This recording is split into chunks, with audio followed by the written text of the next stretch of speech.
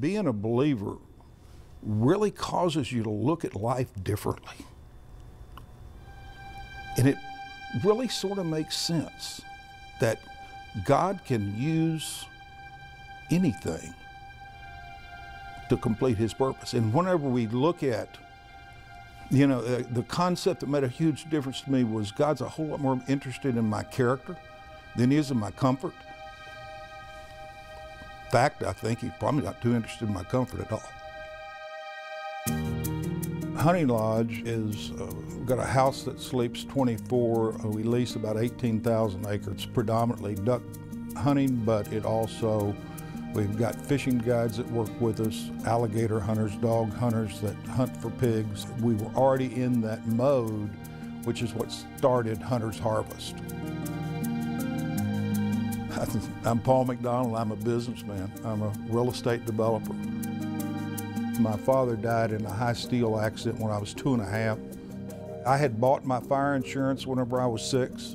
I was a poor kid, and I realized whenever I graduated from high school, I had enough money to either buy a car or go pay for my first year at school, so that was my major decision. I opted for the school because I said, bottom line is I'd really like to be in commercial real estate, and if you don't know any rich people, you shouldn't really be in commercial real estate because you don't know people that can buy commercial real estate. And my whole concept was outwork them, out-educate them. Most young men put their head down and their backsides up, and you don't see their face until they're 40. Finances were my God. That was the thing that was going to buy me happiness. I was a millionaire before I was 30. I was working 80, 100 hours a week. The place that I worship was money. I had essentially 2 staffs. I was doing nothing but following the model.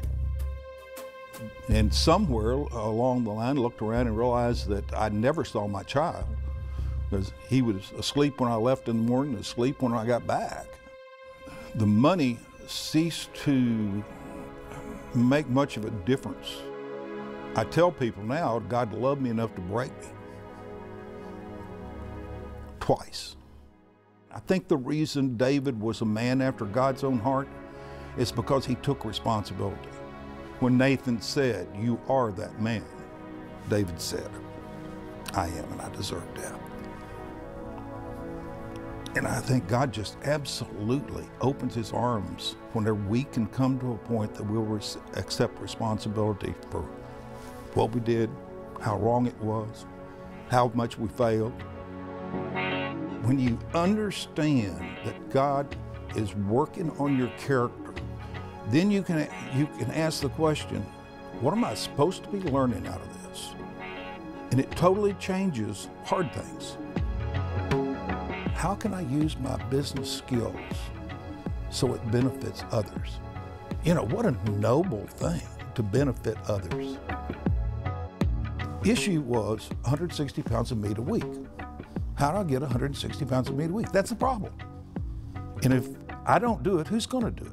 And I said, I'm a hunter and I know a bunch of hunters, so this shouldn't be hard.